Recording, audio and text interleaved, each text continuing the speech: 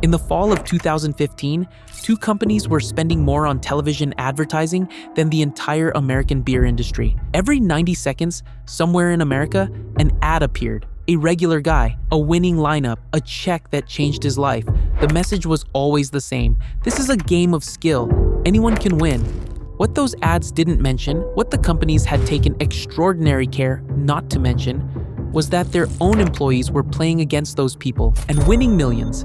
This is the story of how two companies built a product they privately called gambling, marketed it as sport, and rigged the table from the inside. To understand how badly ordinary people got played, you first need to understand how badly the companies played everyone else. In 2009, a Scottish software entrepreneur named Nigel Eccles was in Edinburgh looking for his next venture. He had been running a predictions website called HubDub, a kind of news game where users wagered virtual currency on real-world events. It wasn't making money, but buried inside it was something that intrigued him. People would pay real money to compete against each other in sports contests, not season-long leagues, single days, single games. Fast, high stakes, over by Sunday night. He pivoted the company entirely. He called the new version FanDuel. 2 years later, three men named Jason Robbins, Matt Kalish, and Paul Lieberman were having a similar conversation in a bar in Boston. They launched DraftKings in 2011. Both companies were entering a legal gray zone. Sports betting was federally banned across most of the United States under a 1992 law called the Professional and Amateur Sports Protection Act. But in 2006, Congress passed new legislation governing online gambling, and buried inside it was a carve-out. Skill-based fantasy sports were explicitly exempt. Eccles had studied that law personally. He understood from day one that the word skill wasn't just marketing. It was the legal foundation that allowed FanDuel to exist at all. Remove skill from the equation and you have illegal gambling. Keep it and you have a billion-dollar company. So from the beginning, the language was chosen with precision. Players didn't place bets. They paid entry fees. They didn't win jackpots. They received cash prizes. And when regulators or journalists asked whether this was gambling, the answer was always the same. It's a game of skill. That story might have stayed small, a niche product for hardcore sports fans, except that in 2013, Major League Baseball became a DraftKings marketing partner and investor. Then, Fox Sports led a $300 million funding round that pushed DraftKings past a $1.2 billion valuation. The NBA took an equity stake in FanDuel. Robert Kraft, owner of the New England Patriots, Jerry Jones, owner of the Dallas Cowboys, Google Capital, Comcast, NBC Sports, Turner Sports. By the summer of 2015, DraftKings had raised $426 million in total. FanDuel had raised $363 million. The sports leagues, the media companies, the venture capital firms, they had all bet on the same horse. And then they turned on the fire hose.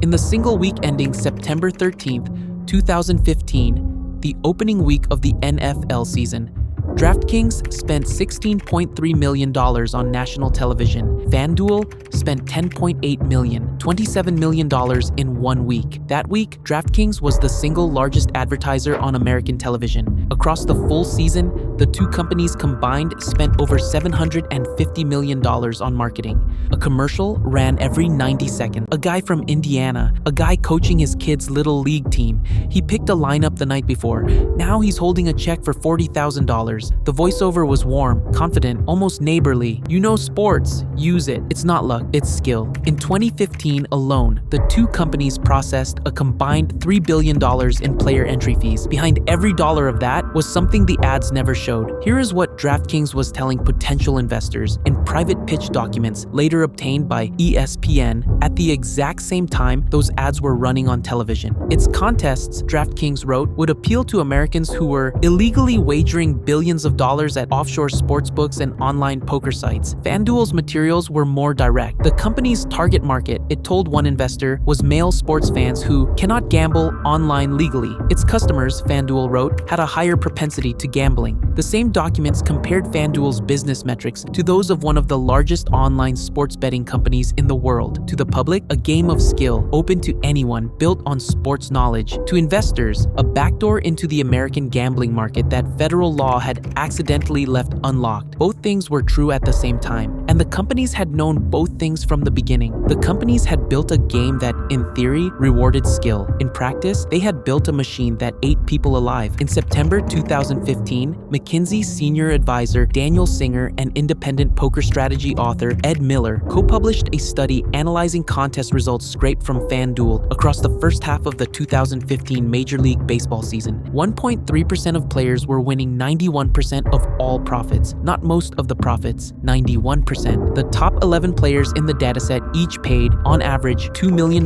in entry fees during that half season. Each of them profited $135,000. Together, they accounted for 17% of all entry fees on the platform. The single most successful player in the entire sample profited $400,000 on $3 million in entry fees. The other 80% of players, the ones who had seen the ads, who had deposited $100 hoping for a fun Sunday, they were losing on average $25 per season on entry fees of $49. Small losses, soft enough to keep people playing. The study called them minnows. The professionals at the top were not sports fans, they were operators. What they did bore no resemblance to the experience shown in the advertisements. They ran automated software that generated and submitted hundreds of optimized lineups simultaneously. They built statistical models accounting for park factors, weather conditions, pitching matchups, and the behavioral tendencies of how ordinary users selected their players. One competitor who went by the handle Max Delury on DraftKings entered nearly every single baseball contest on the site every single day, from the $10,600 buy-in events all the way down to the $1 tournaments. In a single contest on May 26, 2015, a player known as Sud entered 888 separate lineups at $27 each. He won first place. 5 of his lineups finished in the top 10. He invested $23,976. He walked away with more than $221,000.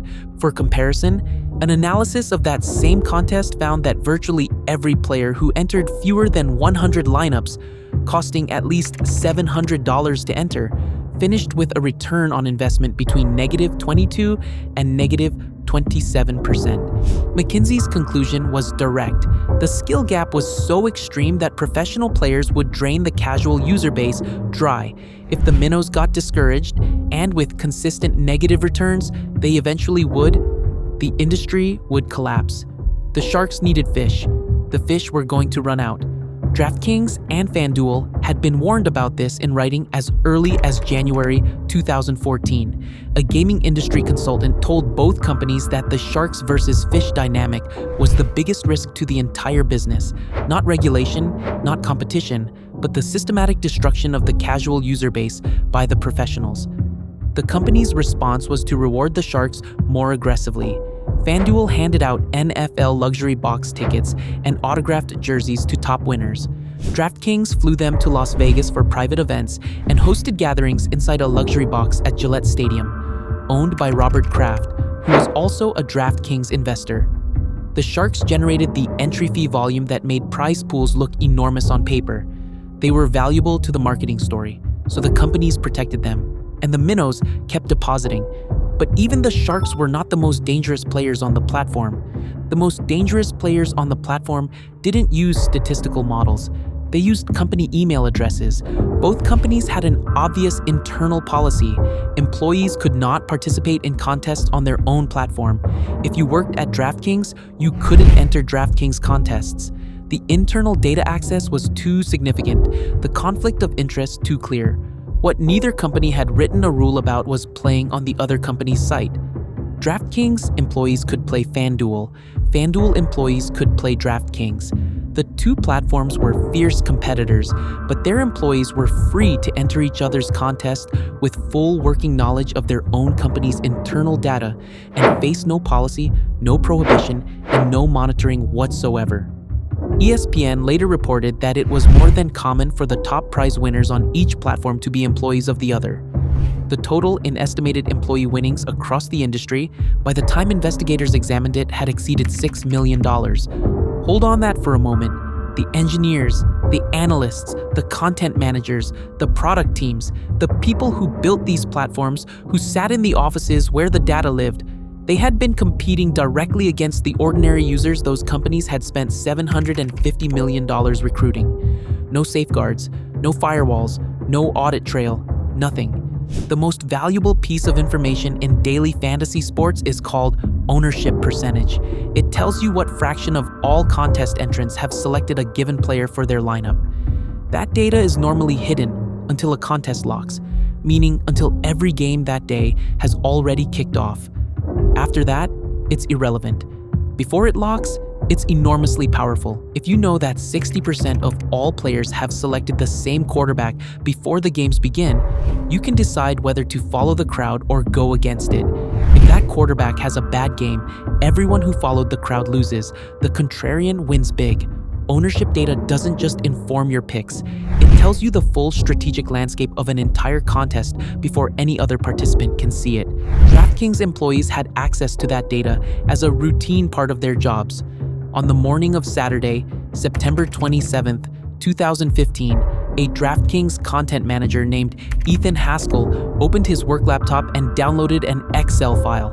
The file contained the ownership percentages for that weekend's NFL Millionaire Maker contest, which players the public had selected, in what proportions, across tens of thousands of entries.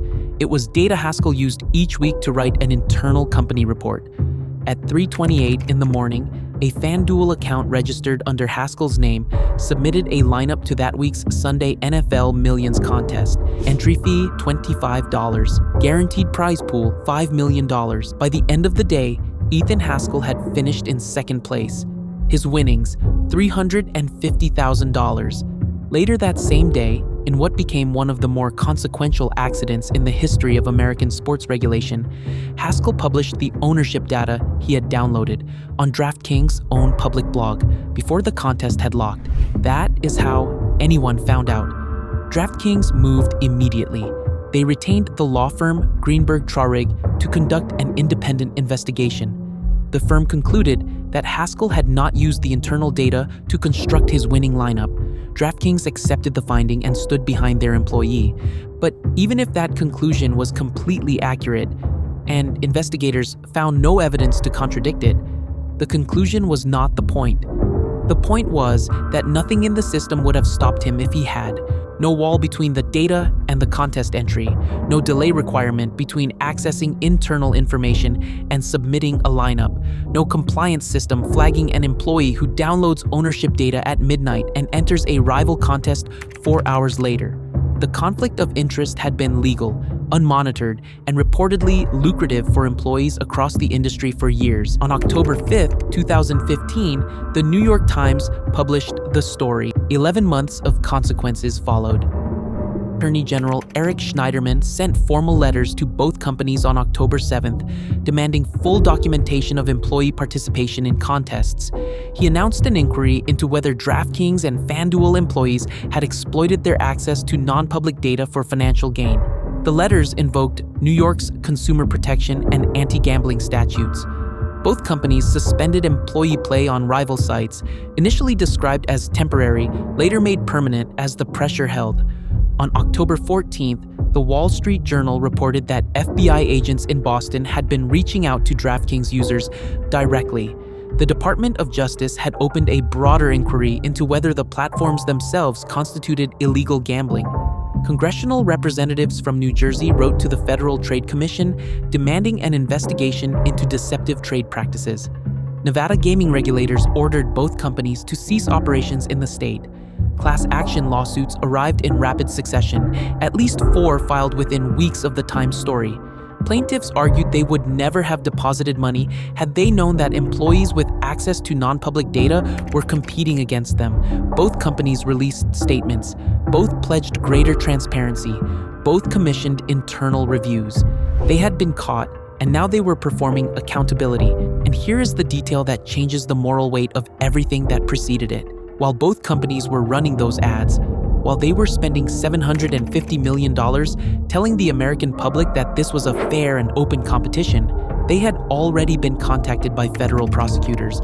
In late July 2015, before the NFL season began, before the first commercial aired, a United States attorney in Tampa had sent letters to both DraftKings and FanDuel notifying their executives that the companies were subjects of a federal criminal tax investigation. The executives reviewed the letters, they consulted their lawyers, and then they ran the ads anyway. The legal settlement took most of 2016 to complete. In March, DraftKings and FanDuel reached a partial agreement with Schneiderman's office. Both companies suspended paid contest operations in New York, their single largest market, pending legislation to legalize the games. It was an implicit acknowledgement that the business, as operated, had run outside New York law. The New York State Legislature passed a bill legalizing and regulating daily fantasy sports in June 2016. Governor Andrew Cuomo signed it into law in August. The companies reopened for business.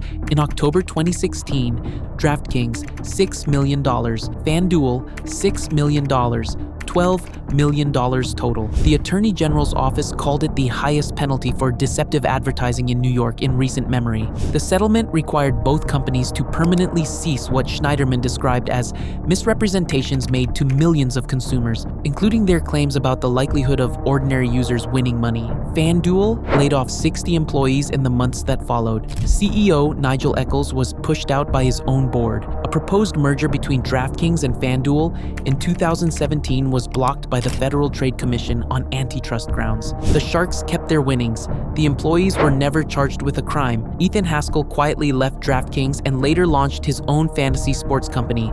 The users who had lost money believing the game was fair received nothing from the settlement. The $12 million went to the state. Then, in 2018, the Supreme Court struck down the Professional and Amateur Sports Protection Act, the 1992 federal law banning sports betting in most states. With sports betting now subject to individual state authorization, DraftKings and FanDuel pivoted openly, aggressively, without apology, into fully licensed sportsbooks. They became exactly what their own investor documents had always said they were. DraftKings went public on the NASDAQ. FanDuel was acquired by the Irish gambling company Paddy Power Betfair, which later became Flutter Entertainment, now one of the largest online gambling companies on earth. Together, DraftKings and FanDuel today control approximately 65% of the American sports betting market. The chaos of 2015, the lawsuits, the investigations, the state shutdowns, forced regulators everywhere to answer a question they had avoided for years: ban daily fantasy sports